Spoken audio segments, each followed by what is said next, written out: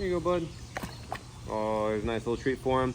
All right, guys, welcome back to the channel. This is going to be me talking about my experiences working in TV shows, part 3. And because part 2 got really long, so we're going to go ahead and cut that whole section in half, and here we go. So I was talking about abusing people a little bit here, too. So I was working on one show, and they had lied to me about the entire premise of the show, and then they had a different guy that was going to be in charge on camera, and then that guy was injured and could no longer be on camera. So then they told me that I would now take his place, and that I was going to have to make these other guys that were a part of the show too go through like challenges and like basically fake scenarios that I'm going to have to make them do, that they were going to make me do. And now I have to make these guys do it. And then I can't tell them about it though. And we have to lie and like be sneaky so that we can make them be surprised on camera and basically suffer on camera. And I'm like, wow, that is so horrible. This is how you actually like plan to do the show. It was horrible. So what I did is I just went and told the other guys. I'm like, hey, they told me not to tell you. This is what's going to happen. Act surprised. And we just did it like that, you know? So I just kind of took the reins away and just kind of did it like that. That way we could kind of keep things at least somewhat, I don't know, controlled for those people. Now, I guess on my end, that means that I'm now making it fake because they're in on it, right? So I'm kind of like, oh, is that unethical of me? Because now I'm no longer portraying the reality of these people, even though I'm on the end. Now they're in on it too. And I'm like, yeah, no, I would rather have those people know what's going on and not be put in a situation that is fictitious for them to then have to freak out about and handle, you know? So that was one. I got a funny one. This never made it on air, so this is really fun.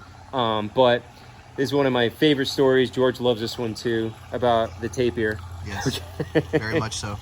So this is really funny. So we're filming a show, and we had to get in a canoe and go down a river, and we're in the Amazon, and there was this tapir that was hanging around that was like, it had been raised by people. But the problem is when you raise an animal that's a wild animal and then you expect it to act like a pet, and then it's not a pet, obviously. You guys see my other videos preaching about this all the time. So in this scenario, this animal was raised by people, and it was supposed to be back out and be a wild animal, but it wasn't really, and it would get angry, emotional, people were ignoring it and that kind of stuff. So anyways, I got like selfies with this tapir. He was really nice, and like I could pet him, and he seemed really nice, but I know animals too, and I'm like, oh, be careful, you know?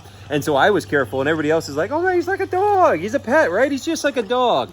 And then we go to do the scene, and we get in the canoe, and we're going down the river and whatever, and I see the tapir see us and just come running right at us. And I'm like, I've never seen that happen. Never seen a tapir act like that. If you know what a tapir is, Google it. It's like, even in some of the areas I've worked in the Amazon, they call it a sachavaka, a wild cow. And it's big, kind of like a cow, but it's not a cow at all. And it has almost like half of an elephant trunk kind of thing going on here. They're really cool, interesting animals, but they're very big. It's probably like 300 pounds of very angry tapir. And it come running right at us, and we're in the water, and it hit the water, and it went right underwater.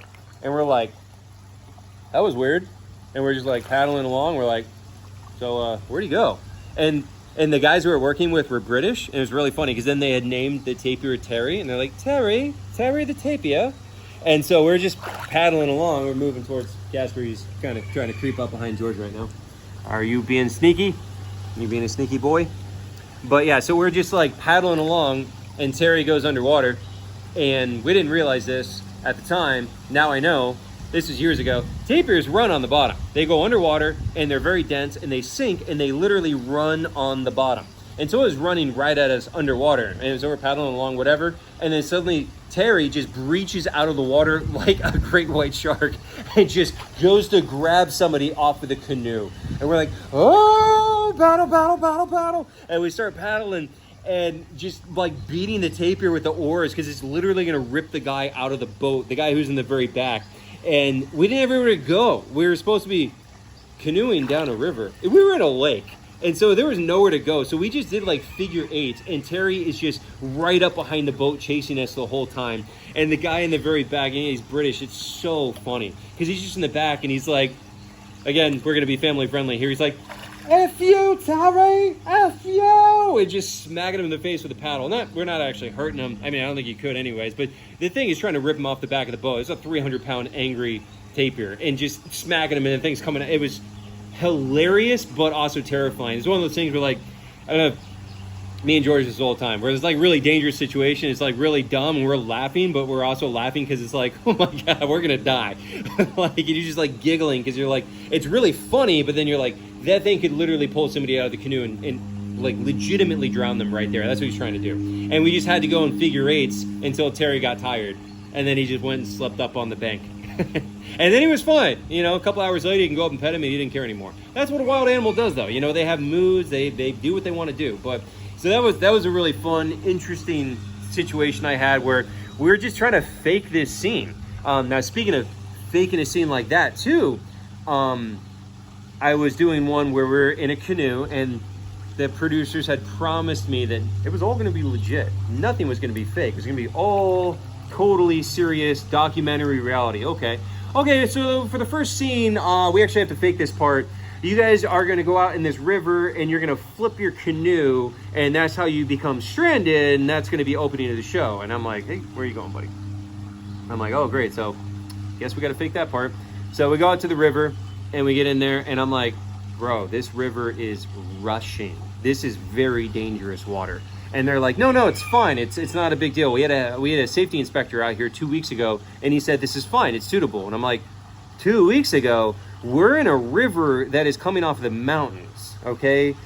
This can change by the minute, realistically. You know, we can have weather conditions that happen up there miles away in the mountain that we know nothing about that will influence the water downstream and make it change dramatically within an hour. I mean, you can have this go from nice and calm and cool to extremely dangerous situation within a matter of minutes or hours. And I explained this, and this was working with an international crew where nobody really knew anybody, and they don't know me really. And I explained this, and they look at me and they're like, we had a safety inspector, it's fine. And I'm like, I'm telling you, this is a dangerous situation. This is really dangerous. We shouldn't do this. And I don't know what words are still family friendly. This isn't a curse word. Probably shouldn't say that word. I'm not going to say the word that this guy said, but he looks at me and he says in more vulgar terms, he's like, don't be a sissy. And I'm like, me? You? Okay, sure. All right. You have no idea who I am.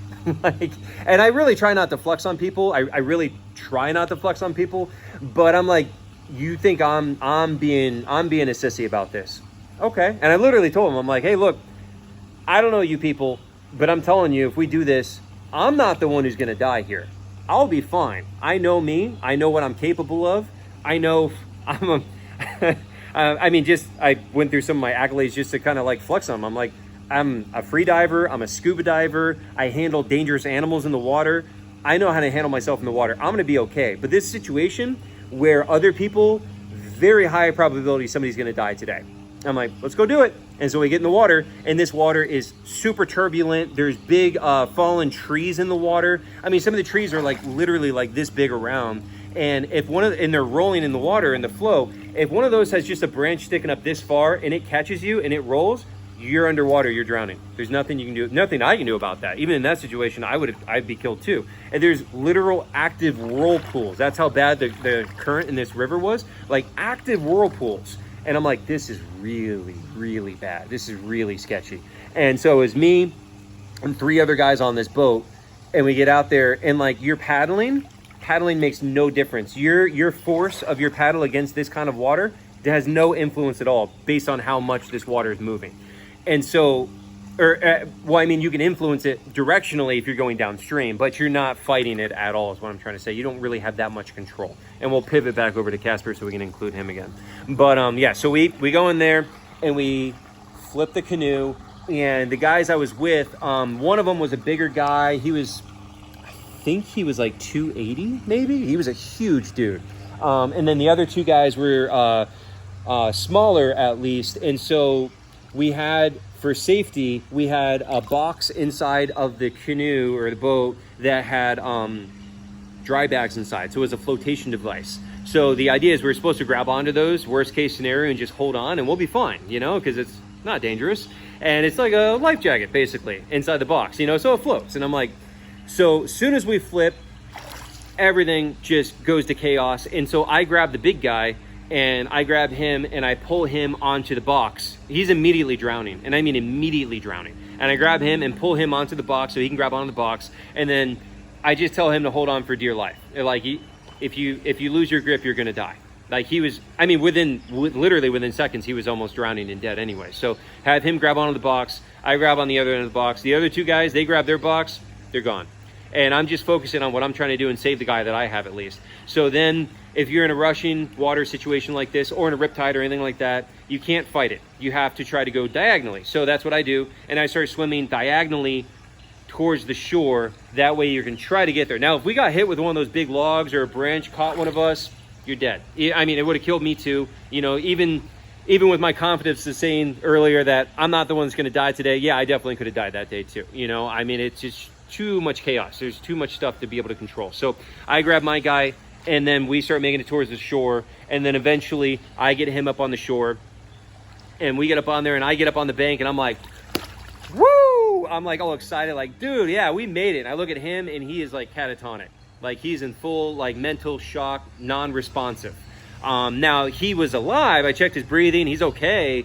He didn't drown, but he's like, this guy had never been in a situation like that. He's never been in a life-threatening situation before.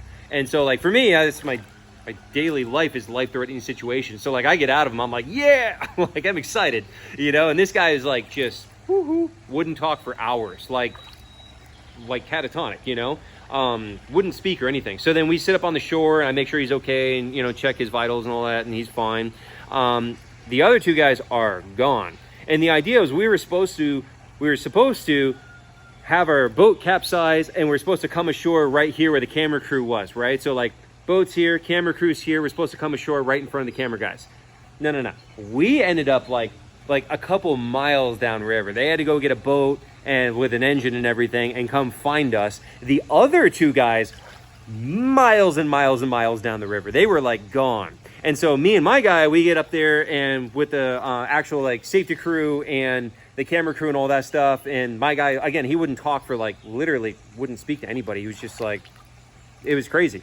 But the other two dudes, got to them, their eyes are bloodshot, like throwing up water. Like, they were legitimately drowning. My guy started to drown, and I pulled him up on the box and saved him, and then we were fine. No, those guys were definitely, I mean, if your eyes are bloodshot, you're having a pretty hard time, okay?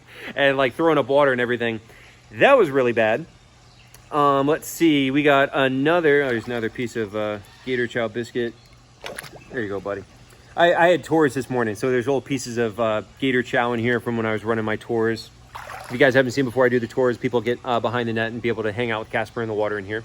So that was a fun one. Another one is I was working with a survivalist, and we had to cut some firewood, and everything was wet, so all the wood is wet. And so, again, we got to be all vague and stuff, so I'm not going to give you too many details, but this guy takes his piece of firewood, and what we're doing is splitting the firewood. Outside of it's wet, inside is still dry. So he puts his piece of firewood in the ground like this. Yep, he's gonna run you over, George. Okay. Come here, Casper.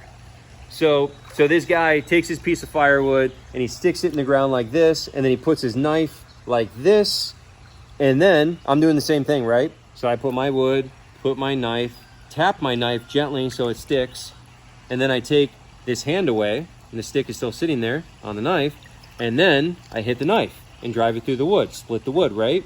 This guy, who is a survivalist, he's a Navy SEAL survivalist, puts the knife, takes his hand off the knife, holds the stick, then he hits the knife, puts the knife straight down through his hand.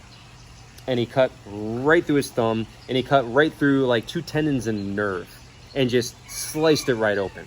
And it was bad. I watched it happen. And then I got to say the line that, like, I've always wanted to say from a movie. I'm like, medic, we need a medic. And on this crew, we did have a medic, so I got to say it. And they come running over, and yeah, they had to airlift him out. They said, the medic looks at it, he's like, yeah, you went right through the tendons and nerves, and if you ever want to use your thumb again, those have to be reconnected within the next however many, 24 hours or whatever, if you ever want to use your thumb again. So they had to airlift him out and get him out of there. So that one, that was pretty gnarly. I felt pretty bad for that guy. But yeah, that was on another show. Okay.